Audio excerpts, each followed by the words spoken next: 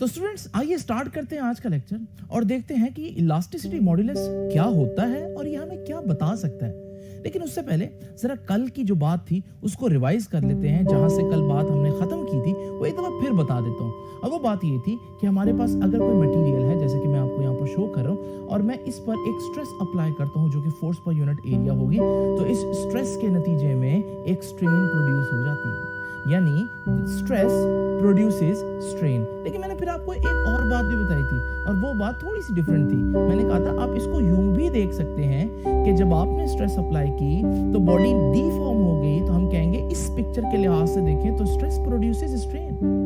लेकिन जब आपकी स्ट्रेन प्रोड्यूस हो गई है तो आप अगर एटॉमिक लेवल पर जाकर देखें तो आप देखेंगे एटम्स जो है वो अपनी ओरिजिनल पोजीशन पे वापस जाने के लिए जोर लगा रहे हैं। ये जो मटेरियल के अंदर एटम जोर लगा रहे हैं, ये जो मटेरियल के अंदर फोर्स पर यूनिट एरिया आप देखेंगे, इसे हम स्ट्रेस कहते हैं।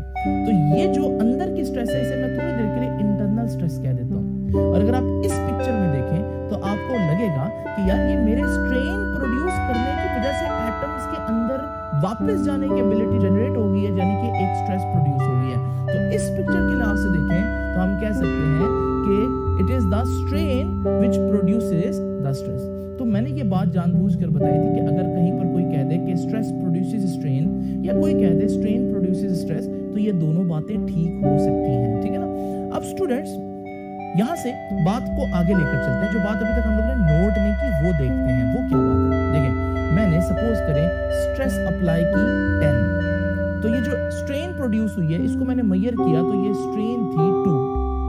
ये वैल्यूज मैं नोट कर लेता हूं। अच्छा जी, मैंने स्ट्रेस जो है वो 10 से डबल कर दी और मैंने स्ट्रेस कर दी 20, तो मैंने देखा जो स्ट्रेन है वो भी बढ़ जाएगी ना, क्योंकि ज्यादा स्ट्रेस होगी ज्यादा डिफॉर्मेशन होगी। लेकिन मैंने देखा स्ट्रेन हो गई 4। इसका मतलब ये हुआ कि जब मैंने स्ट्रेस डबल की तो स्ट्रेन भी डबल ही प्रोड्यूस हुई है, डबल डिफॉर्मेशन हुई है। इसी तरह से मैंने जब इसको 30 कर लिया तो मैंने देखा कि जो हमारे पास स्ट्रेन है वो 6 हो गई। अब ये वैल्यूज जो मैंने आपके सामने नोट किए हैं, इन वैल्यूज को जरा गौर से देख लीजिए। इन वैल्यूज से हम एक बहुत इंपॉर्टेंट कंक्लूजन निकाल सकते हैं, और वो ये है कि जिस रेशियो में स्ट्रेस बढ़ रही है उसी रेशियो में स्ट्रेन बढ़ रही है। अगर आप देखें ये 10 से 20 हो गई तो डबल होगी ना स्ट्रेस, तो देखिए नीचे स्ट्रेन भी 2 से 4 हो गई, यानी डबल हो गई। इसी तरह से ये 10 से 30 अगर आप देखें स्ट्रेस 3 टाइम्स हो गई है, तो अगर आप नीचे देखें तो 2 से 6 स्ट्रेन हो गई है, इसका मतलब स्ट्रेन भी 3 टाइम्स हो गई है। तो इसका मतलब जिस रेशियो में स्ट्रेस बढ़ रही है उस रेशियो में स्ट्रेन बढ़ रही है। ये हमेशा नहीं होगा, एक लिमिट तक होता है, तो हम उस लिमिट के अंदर अंदर ही मटेरियल को डिफॉर्म करेंगे। उस लिमिट को क्या बोलते हैं वो हम आगे चल के देखेंगे। अब स्टूडेंट्स यहां से मैं इसको एक और तरह से भी देख सकता हूं। अगर मैं जो फर्स्ट केस है उसमें स्ट्रेस जो कि 10 है और स्ट्रेन जो कि 2 है उसको डिवाइड करूं, तो ये जो स्ट्रेस और स्ट्रेन की रेशियो आई ये 5 आई। अब मजे की बात है जो सेकंड केस है, अगर मैं उसकी स्ट्रेस लूं तो वो 20 थी, उसकी स्ट्रेन 4 थी, लेकिन जब मैं इसको डिवाइड करूंगा तो 20/4 आंसर अभी भी 5 आया। और थर्ड केस में अगर मैं स्ट्रेस 30 ले लेता हूं और स्ट्रेन 6 ले लेता हूं, जब मैं इसको डिवाइड करूंगा तो आंसर अभी भी 5 ही आएगा। It means when you increase the stress the strain also increases but in the same ratio, जिसकी वजह से हमारे पास जब इनका डिवीजन करते हैं यानी इनकी रेशियो लेते हैं वो रेशियो हमेशा कांस्टेंट आती है। और जो चीज कांस्टेंट रहती है ना वो हमारे लिए हमेशा इंपॉर्टेंट होती है। तो ये जो स्ट्रेस और स्ट्रेन की रेशियो कांस्टेंट आ रही है, इस वजह से मैं एक नई क्वांटिटी बना देता हूं कि ये जो स्ट्रेस और स्ट्रेन को जब मैं डिवाइड करता हूं तो ये जो नई क्वांटिटी है जो कि कांस्टेंट है, इसे हम कहते हैं elasticity modulus. Why elasticity modulus या modulus of elasticity is important for us? Because this is a ratio between stress and strain, and the marvelous thing is it always remains constant. अच्छी बात ये हमेशा कांस्टेंट रहती है। तो क्या होता है यंग्स मॉडुलस, मैंने आपको बता दिया। ये मुझे बताएगा क्या, ये अभी हम डिस्कस करते हैं, यानी इससे मुझे क्या पता चलेगा ये बात की बात है। लेकिन अभी हम देख लेते हैं कि हमारे पास मॉड्यूलस ऑफ इलास्टिसिटी क्या है। Ratio of stress to strain, जैसे कि मैंने बताया स्ट्रेस और स्ट्रेन की रेशियो जो है इसे हम क्या बोलते हैं, मॉड्यूलस ऑफ इलास्टिसिटी या इलास्टिसिटी मॉड्यूलस, एक बात है। अच्छा जी, इसको ई से रिप्रेजेंट अगर मैं कर दूं तो हमारे पास स्ट्रेस ओवर स्ट्रेन, यही इसका फॉर्मूला बन जाएगा। तो ये है modulus of elasticity. Modulus of elasticity का यूनिट निकाल लेते हैं जरा। देखें ऊपर स्ट्रेस है, स्ट्रेस का यूनिट याद है आपको, न्यूटन पर मीटर स्क्वायर, जबकि नीचे स्ट्रेन है और स्ट्रेन का कोई यूनिट नहीं होता, कल हम लोगों ने पढ़ा था। तो फिर ई का यूनिट यानी मॉड्यूलस ऑफ इलास्टिसिटी का यूनिट वही होगा जो स्ट्रेस का यूनिट होगा, क्योंकि स्ट्रेन का तो कोई यूनिट नहीं होता और स्ट्रेस का यूनिट होता है न्यूटन पर मीटर स्क्वायर, या जिसको हम पास्कल भी कहते हैं। तो याद रखिएगा, stress and modulus of elasticity both have same units. बहुत इंपॉर्टेंट कंक्लूजन कर रहा हूं, ये एमसीक्यू में पूछा जाता है कि स्ट्रेस, और बल्कि तीन चीजें होंगी, स्ट्रेस, प्रेशर एंड मॉड्यूलस, इन तीनों का एक ही यूनिट है और तीनों का यूनिट क्या है, पास्कल या न्यूटन पर मीटर स्क्वायर। तो स्टूडेंट्स, ये तो हम लोगों ने इसका फार्मूला लिख दिया। अब सवाल ये पैदा होता है कि हमें ये क्या बताएगा, ठीक है, यानी मुझे पता चलता है भाई एक मटेरियल का इलास्टिसिटी मॉड्यूलस 50 है, दूसरे का 25 है, तो इसका क्या मतलब क्या है, उसका इलास्टिसिटी मॉड्यूलस ज्यादा होने का क्या मतलब है, दूसरे मटेरियल का इलास्टिसिटी मॉड्यूलस कम होने का क्या मतलब है। तो I want the physical meaning of elasticity modulus. अब वो फिजिकल मीनिंग मैं आपको बताता हूं। पहले तो आप देखें ना, ये बता क्या रहा है, ई जो है वो बता रहा है कि ये स्ट्रेस और स्ट्रेन की रेशो, याद है सिंबल्स दिए थे, मैं इस फार्मूला को 2 दफा लिख देता हूं। तो स्ट्रेस और स्ट्रेन का सिंबल। अच्छा, अब जरा देखिए, मेरे पास ये एक रबर है। इस रबर बैंड के बारे में आप लोग अक्सर ये कहते हैं, 10th में कहकर भी आए हैं, और टीचर साहब ने सुना भी होगा कि यार रबर इज वेरी इलास्टिक, क्योंकि ये बहुत ज्यादा लचकदार है। तो लचक के लिए हम वर्ड यूज करते हैं इलास्टिक। यहां से आप लोगों ने ये सुना भी होगा कि इलास्टिक यूज करते हैं ना, इलास्टिक का वर्ड इलास्टिक से निकला। तो हम कहते हैं रबर इज वेरी इलास्टिक। आज हम चेक करते हैं ये रबर इलास्टिक है या नहीं और इसका मतलब क्या है। देखें, मैं इस पर स्ट्रेस लगाता हूं और देखता हूं इसमें कितनी डिफॉर्मेशन पैदा होती है। ये देखिए, मैं थोड़ी सी स्ट्रेस लगाई और डिफॉर्मेशन अच्छी खासी पैदा होगी, क्योंकि काफी फ्लेक्सिबल मटेरियल है। दोबारा देखें, मैंने थोड़ी सी स्ट्रेस लगानी है तो डिफॉर्मेशन बहुत ज्यादा होगी, यानी small stress produces large strains in the body, ऐसे है ना। तो इसका मतलब स्ट्रेस थोड़ी थी, स्ट्रेन ज्यादा थी। स्ट्रेस क्या होती है, ऊपर आती है ना, ये स्ट्रेस ऊपर है, तो स्ट्रेस थोड़ी है तो स्ट्रेन ज्यादा प्रोड्यूस होगी। यानी इस केस में अगर मैं देखूं तो स्ट्रेस ज्यादा है, स्ट्रेन थोड़ी है, मतलब न्यूमरेटर यानी ऊपर वाली चीज थोड़ी है, नीचे वाली चीज ज्यादा है। आप जानते हैं कि जब रेशो के अंदर ऊपर वाली चीज कम हो, नीचे वाली चीज ज्यादा हो, तो फिर आंसर कम आता है, क्योंकि नीचे ऊपर वाली चीज कम होगी आंसर कम आएगा, और नीचे वाली चीज ज्यादा होगी, डिनोमिनेटर बड़ा होगा तो भी आंसर कम होगा। तो इस केस में इलास्टिसिटी मॉड्यूलस क्या आया, कम आया। यानी रबर का इलास्टिसिटी मॉड्यूलस ज्यादा है कि कम है, कम है। ये कम इलास्टिक है। हम गलत कहते हैं कि रबर तो बड़ा इलास्टिक है, ऐसा नहीं है। Rubber is very less elastic, ठीक है जी। तो हमारे पास इलास्टिसिटी कम होने का क्या मतलब हुआ, रबर के बारे में हम लोगों ने क्या नोट किया, लेस इलास्टिक है। ये लेस इलास्टिक का मतलब इसका इलास्टिसिटी मॉड्यूलस कम है ना। तो जिसका इलास्टिसिटी मॉड्यूलस कम होगा जैसे रबर, तो इसका मतलब क्या हुआ, फिजिकल मतलब ये हुआ ये आराम से स्ट्रेच हो सकता है, यानी इसको डिफॉर्म करना आसान है। ये असल मतलब होता है इलास्टिसिटी मॉड्यूलस का। इलास्टिसिटी मॉड्यूलस हमें बताता है किसी चीज को कितना आसानी से डिफॉर्म किया जा सकता है या कितनी मुश्किल से डिफॉर्म किया जा सकता है। तो यहां आप देख रहे हैं रबर के केस में मैंने देखा कि वो कम इलास्टिक है, उसका इलास्टिसिटी मॉड्यूलस कम है इसलिए वो कम इलास्टिक है, और इलास्टिसिटी मॉड्यूलस कम होने के साथ साथ मैंने देखा कि वो इजीली डिफॉर्म हो सकता है, इजीली डिफॉर्म हो सकता है, आसानी से अपनी लेंथ चेंज कर सकता है, मुझे बहुत कम स्ट्रेस अप्लाई करनी पड़ी। आइए अब एक और सिनेरियो देखते हैं। इस रबर को जाने दीजिए, ये मेरे पास स्टील का एक स्केल है और मैं जिस तरह से जितनी फोर्स मैंने रबर पर अप्लाई की थी उतनी ही इस पर अप्लाई करता हूं, उतनी ही स्ट्रेस आप देखेंगे कि मैं अप्लाई करूंगा। अब जरा देखते हैं, मैं उतनी ही स्ट्रेस इस पर अप्लाई कर रहा हूं, क्या लेंथ चेंज हुई?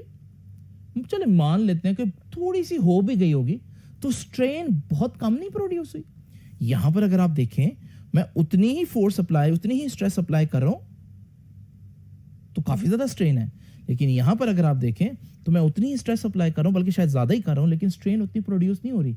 इसका मतलब स्टील जैसी चीज के अंदर स्ट्रेस बहुत ज्यादा लग रही होती है, लेकिन स्ट्रेन बहुत कम प्रोड्यूस होती है। स्ट्रेस बहुत ज्यादा, लेकिन स्ट्रेन बहुत कम। अब ये तो उल्ट हो गया ना, यहां देखो, यहां पर ऊपर वाली चीज कम थी, नीचे वाली चीज ज्यादा। यहां ऊपर वाली चीज यानी न्यूमरेटर वाली चीज ज्यादा है और डिनोमिनेटर वाली चीज कम है। जब न्यूमरेटर बड़ा हो तो आपको पता है रेशो बढ़ जाती है, या जब डिनोमिनेटर कम हो तब भी रेशो बढ़ जाती है। इसका मतलब इस केस में ई क्या आएगा, ज्यादा आएगा। यानी स्टील के केस में हम कहेंगे कि steel is very elastic. Why? Because it's modulus of elasticity is very high. और वो क्यों है? क्योंकि स्ट्रेस बहुत ज्यादा लगानी पड़ती है, स्ट्रेन बहुत थोड़ी प्रोड्यूस होती है, क्योंकि वो सख्त इतना। तो यहां से हम अब ये कंक्लूजन लिख देते हैं, जैसे रबर के बारे में लिखा, स्टील के बारे में हम कह सकते हैं कि steel is more elastic than rubber. ठीक है, क्यों? क्योंकि इसका इलास्टिसिटी मॉड्यूलस मैंने देखा कि ज्यादा आ रहा है। और इसका नतीजा क्या हुआ? क्यों इलास्टिसिटी मॉड्यूलस ज्यादा आ रहा था? इसकी वजह क्या बनी? इसकी वजह यह बनी कि स्ट्रेस बहुत लग रही थी, स्ट्रेन बहुत कम प्रोड्यूस हो रही थी। स्ट्रेन कम प्रोड्यूस होने का मतलब बॉडी डिफॉर्म नहीं हो रही थी। स्केल को मैं स्ट्रेच करने की कोशिश कर रहा था, लेकिन वो रबर जितना डिफॉर्म नहीं हो रहा था। तो इसका मतलब इलास्टिसिटी मॉड्यूलस ज्यादा, तो इसका मतलब डिफिकल्ट टू डिफॉर्म। जी ये है असल में इलास्टिसिटी मॉड्यूलस का फिजिकल मतलब। अगर आपसे कोई पूछे यार इलास्टिसिटी मॉड्यूलस क्या बताता है, तो आप बताएंगे ये बताता है कि डिफॉर्मेशन का ईज या डिफॉर्मेशन का डिफिकल्टी बताता है। Basically how difficult, how much difficult is to deform a body, या how much easy is to deform a body.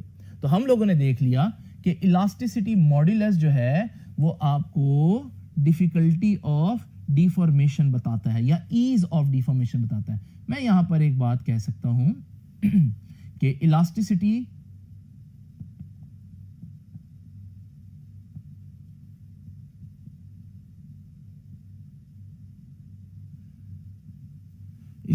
Modulus का ये फिजिकल मतलब मैं लिख देता हूं। Elasticity modulus is directly proportional to difficulty of deformation, या डिफिकल्टी इन डिफॉर्मेशन लिख देता हूं।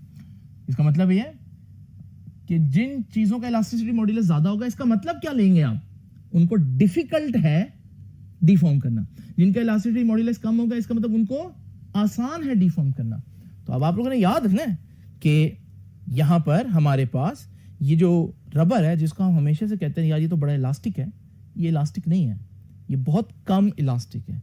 असल में इलास्टिक कौन है? जो जितना सख्त होगा उतना इलास्टिक होगा। तो असल इलास्टिक स्टील है। तो ये अगर एमसीक्यू आ जाए, और आता भी है खासतौर पर एंट्री टेस्ट में, कि which one is more elastic, तो बच्चे अक्सर रबर की तरफ जाते हैं। नहीं भाई, रबर वेरी लेस इलास्टिक। तो इलास्टिसिटी से लचक नहीं है, लचक का ये गलत तर्जुमा है इलास्टिसिटी। लचक के लिए असल वर्ड है फ्लेक्सिबिलिटी। तो अगर आपसे पूछे हु इज मोर फ्लेक्सिबल, तो फिर आप रबर कहेंगे, ठीक है ना। तो अक्सर हम कहते हैं इलास्टिसिटी का मतलब लचक होता है। नहीं भाई, लचक नहीं होता, समझ लगी ना। वैसे इलास्टिसिटी मैंने आपको बताया था क्या होता है, अपनी ओरिजिनल पोजीशन वापस गेन करने की एबिलिटी। तो यहां से बच्चे आर्ग्यू करते हैं कि सर देखें आपने इसको इतना ज्यादा स्ट्रेच किया, इतना स्ट्रेच करने के बावजूद जब छोड़ा तो अपनी ओरिजिनल पोजीशन में वापस आ गया, तो ये ज्यादा इलास्टिक है। यानी इसकी एबिलिटी अपनी ओरिजिनल पोजीशन के लिए गेन करने के लिए ज्यादा है, ठीक है ना। जबकि इसके स्टील के स्केल में ऐसा नहीं होता। तो मैं कहता हूं आप इस तरह से ना देखो, आप ये देखो कि इलास्टिसिटी का क्या मतलब है, ability to regain the original position. आप यूं समझे कि इलास्टिसिटी का मतलब है कि बॉडी अपनी ओरिजिनल पोजीशन से कितनी मोहब्बत करती है। तो अगर आप देखें, इसको मैंने देखा, ये इसकी ओरिजिनल पोजीशन थी, ठीक है ना। तो अगर ये वाकई अपनी ओरिजिनल पोजीशन से बहुत ज्यादा मोहब्बत करती, तो मुझे ये इतना डिफॉर्म करने देती ही ना, समझ लगी। तो ये फौरन वापस आ तो गई है, यानी इतना करने के बाद, लेकिन हमारा असल कंसर्न ये होना चाहिए कि भाई आपने इसका इतना डिफॉर्म कर कैसे दिया, अगर वाकई ये अपनी ओरिजिनल पोजीशन गेन करने की एबिलिटी रखती थी। भाई नहीं रखती थी तो आपने कर दिया ना, समझ लगी ना? तो इसका मतलब इलास्टिसिटी को आप इस तरह से देखेंगे। तो बच्चों ये तो हो गया हमारे पास स्ट्रेस स्ट्रेन के बारे में कुछ बातें हैं। अब मैं आपको एग्जांपल देता हूं, यानी इलास्टिसिटी मॉड्यूलस जिसका ज्यादा होगा, ठीक है, वो उतनी सख्त चीज होगी, उसको डिफॉर्म करना उतना मुश्किल होगा। तो जब आप अपने जो घरों में आपने मटेरियल यूज करने दीवारों में, तो आप देखेंगे कि भाई वहां आपको एक सख्त चीज चाहिए जो कि ठहर सके वहां पर। तो इसका मतलब आप वहां पर ऐसी चीजें इस्तेमाल करेंगे जिनके मॉड्यूलस ऑफ इलास्टिसिटी या इलास्टिक मॉड्यूलस ज्यादा होंगे। तो अगर आप ये टेबल देखें जो आपकी बुक में बना हुआ है, तो इस टेबल में आप देखेंगे जिन चीजों के बारे में आप जानते हैं कि वो सख्त है, मिसाल के तौर पर ये डायमंड देख लीजिए। तो डायमंड के आगे इलास्टिसिटी मॉड्यूलस की डिफरेंट वैल्यूज हैं। क्यों है डिफरेंट वैल्यूज, अभी हम लोगों ने पढ़ना है, लेकिन सारी वैल्यूज को एक नजर देखिए तो सही, सारी कितनी ज्यादा है, थाउजेंड्स में, ऐसी है ना। तो जो चीजें इतनी ज्यादा सख्त नहीं है, जरा उनको एक नजर देखिए, तो वो आप देखेंगे उनके इलास्टिसिटी मॉड्यूलस बहुत कम है, ठीक है। इसी तरह से आप लोगों ने याद रखना है कि इलास्टिसिटी मॉड्यूलस बताता है कोई चीज कितनी सख्त है, कितना उसको डिफॉर्म करना मुश्किल है, ठीक है। लो बच्चों, अब एक आखिरी बात भी मैं आपको बताता चलूं, elasticity modulus is an intrinsic property of material. इसका मतलब समझाता हूं, लेकिन लाइन बहुत इंपॉर्टेंट है। इलास्टिसिटी मॉड्यूलस जो है ना, वो किसी भी मटेरियल की प्रॉपर्टी होती है। मटेरियल की प्रॉपर्टी से क्या मुराद है? मेरे पास कॉपर का, सपोज करें कॉपर का एक रॉड है, उसका यंग्स मॉड्यूलस मैंने आपके सामने मेंशन कर दिया। अगर मैं कॉपर का रॉड की बजाय कॉपर की डिस्क ले लूं, या कॉपर का ब्लॉक ले लूं, या कॉपर का स्प्रिंग ले लूं, या कॉपर की वायर ले लूं, ये सारी डिफरेंट चीजें हैं ना, लेकिन मजे की बात है सबका यंग मॉड्यूलस यही होगा। इसका मतलब यंग मॉड्यूलस कॉपर का मटेरियल जो है उसकी इंट्रिंसिक प्रॉपर्टी है, उसकी अपनी प्रॉपर्टी है। आप जो मर्जी शेप ले लें, इससे कोई फर्क नहीं पड़ता। ये एमसीक्यू आ जाता है, और एमसीक्यू इस तरह से बता देता हूं आपको कि हमारे पास एक रॉड है, इस रॉड का यंग मॉड्यूलस सपोज करें ई है। इस रॉड के मैंने दो हाफ कर दिए, ठीक है, इसको कट करके मैंने दो हाफ में डिवाइड कर दिया।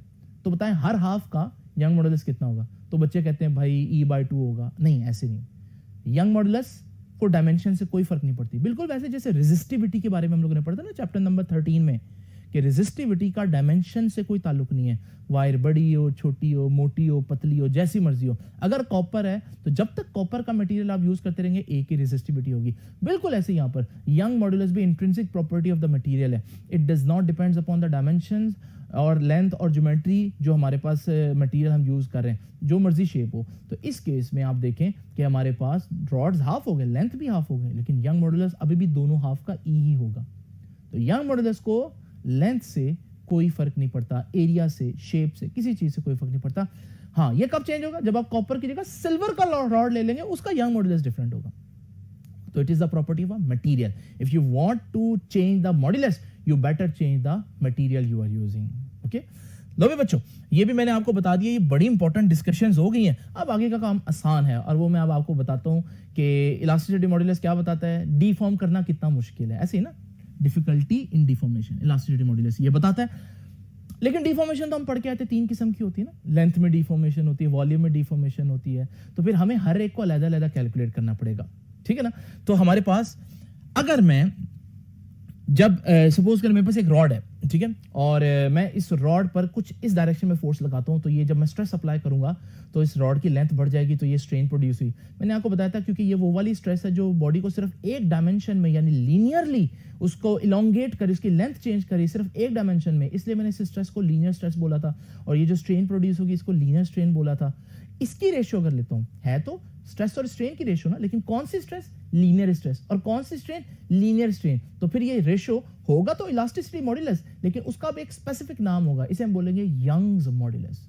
तो व्हाट इज यंग्स मॉड्यूलस? भाई ये भी वही है, जैसे स्ट्रेस और स्ट्रेन की रेशियो होती है, ये भी स्ट्रेस और स्ट्रेन की रेशियो, लेकिन कौन सी स्ट्रेस?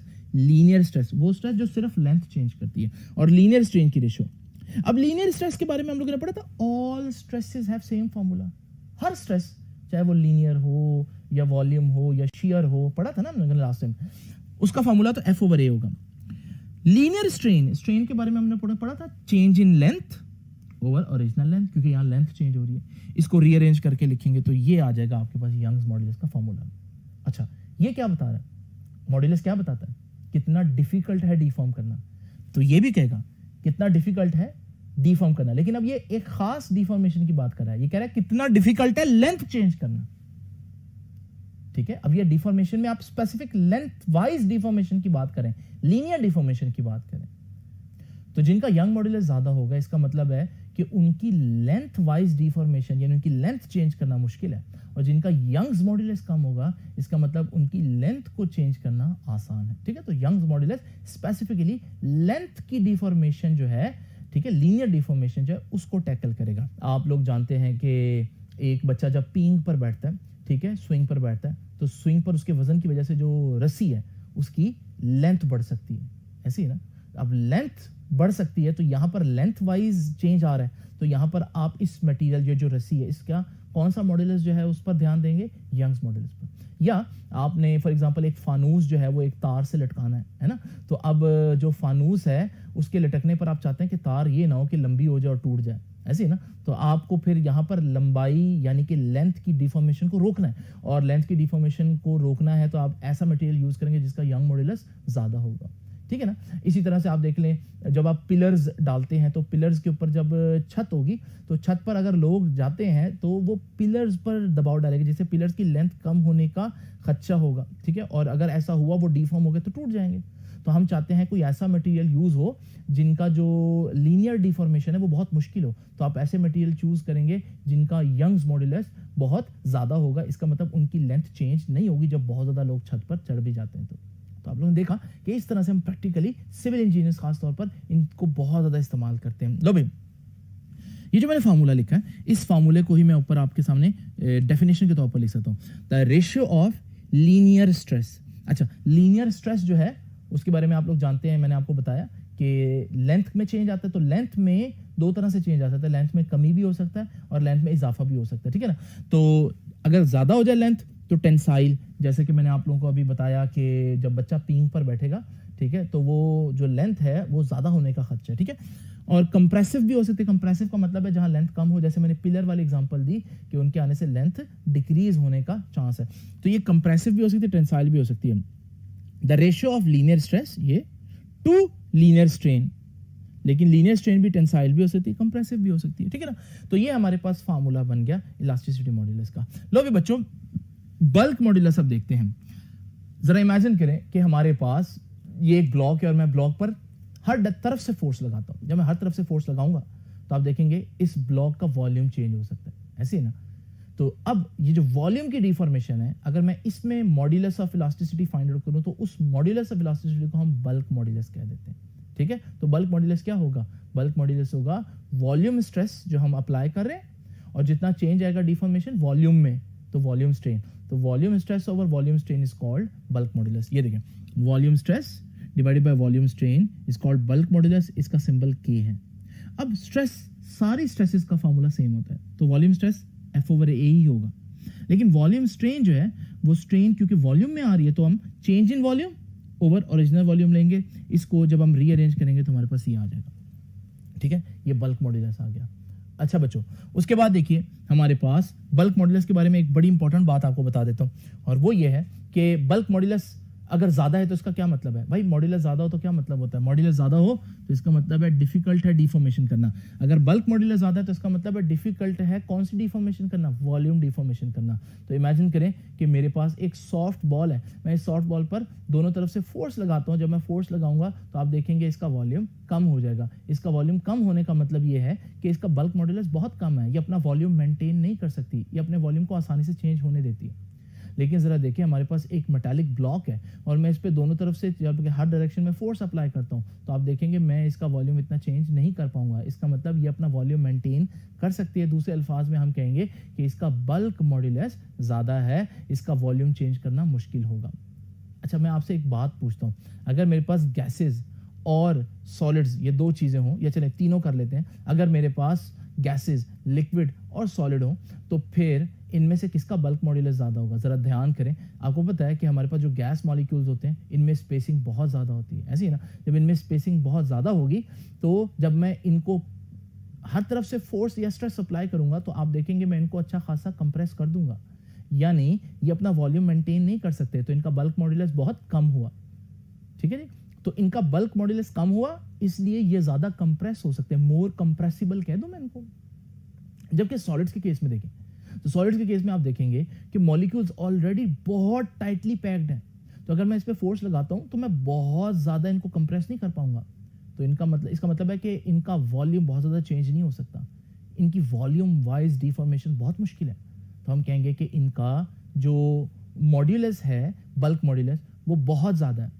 तो इस वजह से इनकी कंप्रेसिबिलिटी यानी इनकी कंप्रेस होने की एबिलिटी बहुत कम है। तो आपने देखा एक बात इन सारी डिस्कशन से, वो एक तो ये कि आपने देखा कि गैस का बल्क मॉड्यूलस सबसे कम होता है, उससे ज्यादा लिक्विड का होता है, और सॉलिड का बल्क मॉड्यूलस सबसे ज्यादा होता है। लेकिन एक और बात नोट करें कि बल्क मॉड्यूलस और कंप्रेसिबिलिटी का इन्वर्स रिलेशन है, यानी किसी चीज का बल्क मॉड्यूलस ज्यादा हो तो उसकी कंप्रेसिबिलिटी कम होती है। तो यहां से याद रखिएगा, मैं ये लिख देता हूं कि कंप्रेसिबिलिटी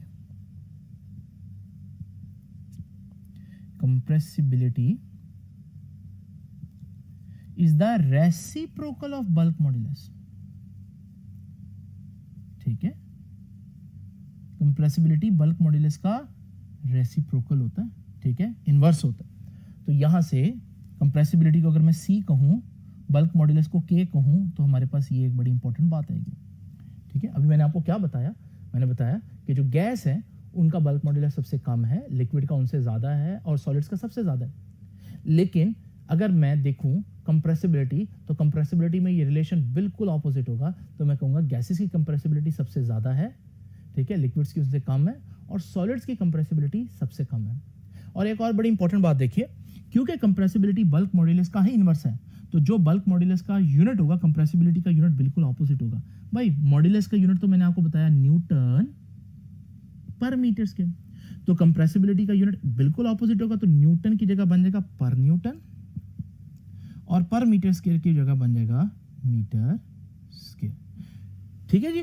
तो स्टूडेंट्स, यूं हम कह सकते हैं कि बल्क मॉड्यूलस जो है वो सबसे कम गैसेस का होता है, उससे ज्यादा लिक्विड का होता है, और सबसे ज्यादा सॉलिड्स का होता है। ठीक है, मैं आपको इसकी एग्जांपल आपकी बुक से ही दे देता हूं। अगर आप ये टेबल गौर से देखें तो इस टेबल में आप लोगों को नजर आएगा जो सॉलिड्स हैं उनका बल्क मॉड्यूलस ज्यादा है, लेकिन आप देखेंगे कि हमारे पास जो लिक्विड्स हैं, जैसे फॉर एग्जांपल ये मरकरी है या ये वाटर है, तो इनका जो बल्क मॉड्यूलस है वो उनके मुकाबले में कम है। ठीक है जी, तो ये आप लोगों ने बहुत इंपॉर्टेंट ऑब्जेक्टिव याद रखना है। अब बात करते हैं हम थर्ड मॉड्यूलस की, और वो शेयर मॉड्यूलस है। इसके बारे में अब डिटेल में मैं आपको लास्ट टाइम बता चुका हूं कि शेयर मॉड्यूलस क्या होता है। एक दफा फिर से देख लेते हैं। मेरे पास ये एक क्यूब है और मैं इस पर कुछ इस तरह से फोर्स अप्लाई करता हूं कि एक फोर्स निचली लेयर पर इस डायरेक्शन में और एक फोर्स ऊपर वाली लेयर में इस डायरेक्शन में अप्लाई करता हूं।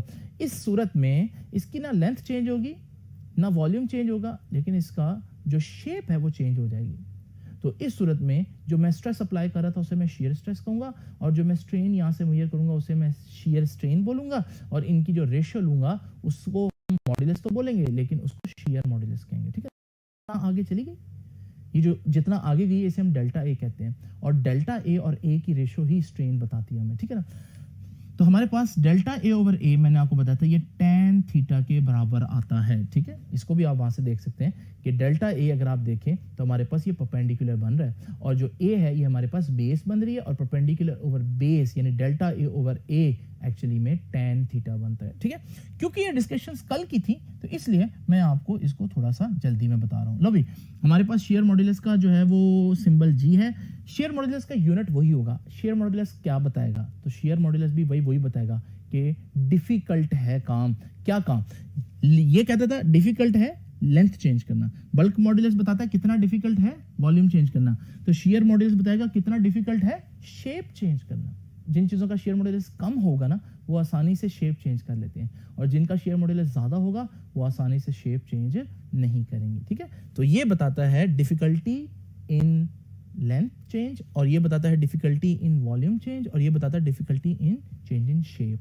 ठीक है, अच्छा मजे की बात देखें कि जो बल्क मॉड्यूलस है ना वो मैंने आपको अभी बताया वो सॉलिड्स के लिए भी होता है, लिक्विड्स के लिए भी होता है, गैसेस के लिए भी होता है। ठीक है, क्योंकि वॉल्यूम सबका चेंज हो सकता है फोर्स लगाकर। लेकिन अगर आप सोचें कि यंग्स मॉड्यूलस तो लेंथ का चेंज है ना, तो लेंथ में आपको मालूम है चेंज जो है वो लिक्विड्स में नहीं आ सकता, गैसेस में नहीं आ सकता। ठीक है, लेंथ वाइज चेंज कभी ऐसा हो सकता है कॉपर की वायर को तो पकड़ के आप इस तरह से स्ट्रेच कर सकते हैं, लेकिन ऐसा मुमकिन है कि आपके पास पानी और पानी को आप इस तरह से पकड़ के स्ट्रेच कर दें? ऐसा नहीं है। तो पानी की जो लेंथ वाइज चेंज है वो नहीं होती, इसलिए पानी का यंग्स मॉड्यूलस नहीं होगा। तो Young's modulus only for solids. इसी तरह से स्टूडेंट शेयर मॉड्यूलस क्या बताता है कि बॉडी अपनी शेप कितना मेंटेन कर सकती है, कितना डिफिकल्ट है उसकी शेप को मेंटेन करना। ये भी लिक्विड्स और गैसेस का नहीं होता। मिसाल के तौर पर आपके पास पानी का एक ग्लास है, ठीक है, और आपके पास एक ईंट है। अच्छा, आप ईंट को अगर इस तरह से उठाकर यूं रख दें तो ईंट फिर भी अपनी जगह पर एज इट इज रहेगी, ऐसे ही ना। क्यों? ईंट के एटम नहीं बिखर रहे, क्योंकि ईंट के एटम्स जो है वो अपनी शेप बरकरार रखना चाहते हैं। इन शेयर मॉड्यूलस है इसमें, ठीक है ना, अपनी शेप बरकरार रखने की एबिलिटी है। लेकिन जरा ये ग्लास हटाएं, जब आप ग्लास हटाएंगे तो आप देखेंगे पानी फौरन बिखर जाएगा, यानी पानी के मॉलिक्यूल्स में अपनी शेप को बरकरार रखने की एबिलिटी नहीं थी। समझ लगी ना बात की? तो इसका मतलब पानी का शेयर मॉड्यूलस नहीं होता। तो हम देखेंगे कि शेयर मॉड्यूलस भी सिर्फ और सिर्फ किसका होता है? ओनली फॉर सॉलिड्स, ठीक है। और इसका सबूत आप लोग अपने टेबल से देख लीजिए, जरा बुक का ये टेबल देखें तो यहाँ दो लिक्विड्स का जिक्र है, मर्करी का और वाटर का। और मर्करी और वाटर जरा दोनों को देखें तो दोनों का ना ही यंग्स मॉड्यूलस है और ना ही शेयर मॉड्यूलस है, सिर्फ दोनों का बल्क मॉड्यूलस है। ठीक है बच्चों, तो आज का लेक्चर कंक्लूड करता हूं। मॉड्यूलस क्या बताता है? मॉड्यूलस ऑफ इलास्टिसिटी बताता है कितना डिफिकल्ट है डिफॉर्मेशन को करना, ठीक है। और इसकी तीनों टाइप्स अलग-अलग बताएंगी। यंग्स मॉड्यूलस बताएगी कितना डिफिकल्ट है लेंथ में चेंज लाना, बल्क मॉड्यूलस बताएगा कितना डिफिकल्ट है वॉल्यूम में चेंज लाना, और शेयर मॉड्यूलस बताएगा कितना डिफिकल्ट है शेप में चेंज लाना, ठीक है। तो उम्मीद है आपको यंग मॉड्यूलस का ये लेक्चर समझ में आया होगा। आपसे इंशाल्लाह मुलाकात होगी नेक्स्ट लेक्चर में। तब तक के लिए अल्लाह हाफिज।